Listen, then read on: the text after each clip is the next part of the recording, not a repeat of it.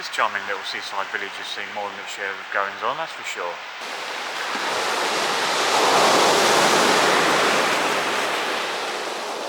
From Viking invasions and bloody battles, to kings in hiding and acts of treachery. Oh yeah, and then there's the dinosaurs, of course.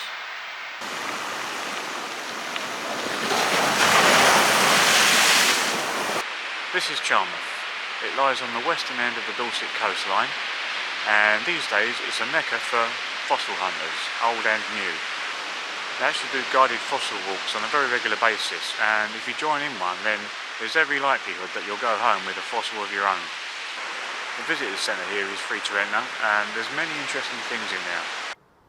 Mostly dinosaur fossils that have been found locally over the years.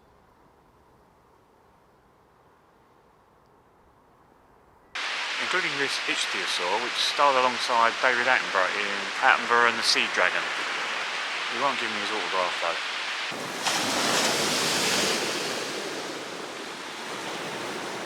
The earliest known human life here was during the Iron Age, when a Celtic tribe known as the Dinosaurs, did I say that right, founded a settlement here.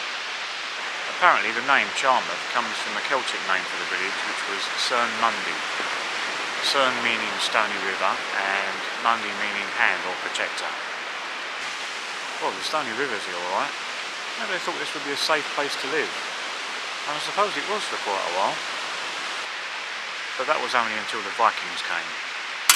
According to the Saxon Chronicle, it was in 833 that they turned up here in 35 ships and landed at Charmouth.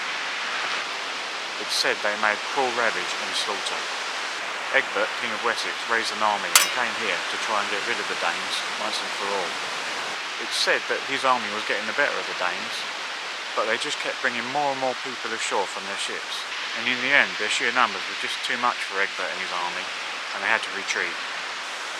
Having said that, the seemingly victorious Vikings decided that it would only be a matter of time before Egbert returned with another army, so they got back on their ships and set sail. Partial victory for Egbert then?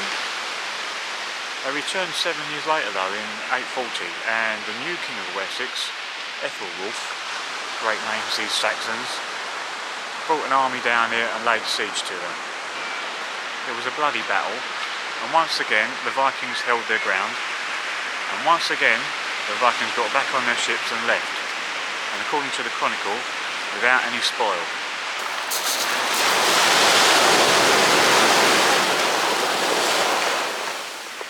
Just a little disclaimer, stroke apology.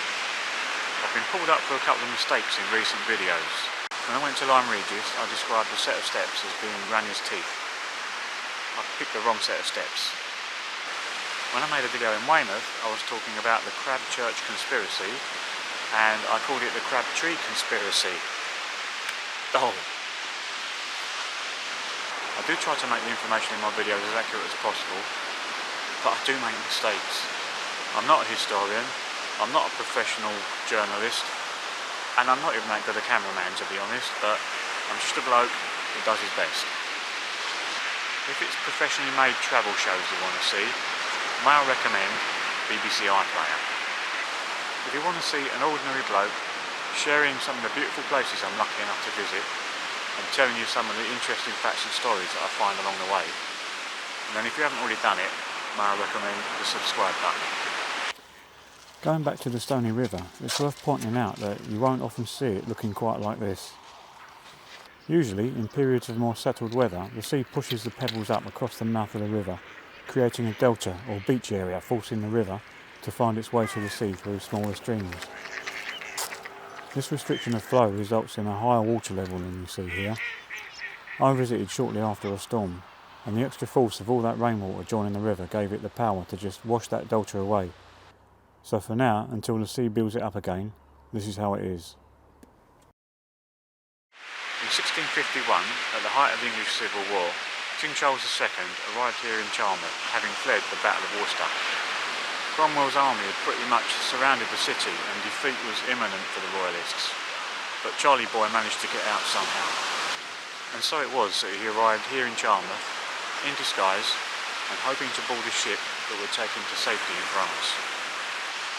He took refuge here in what was the Queen's Arms Hotel, and a trading ship was found that was bound for St. Malo.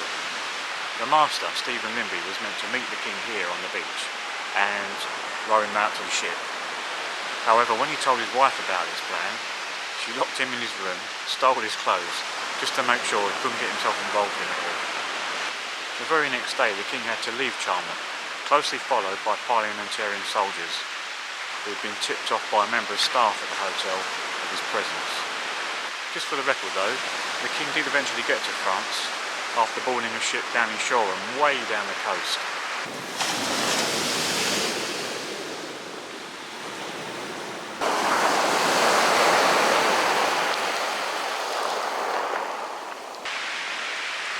Now, if you've enjoyed this video, you might like the two videos I'm putting up on the screen for you now, which are similar videos to this, filmed in locations quite close to here.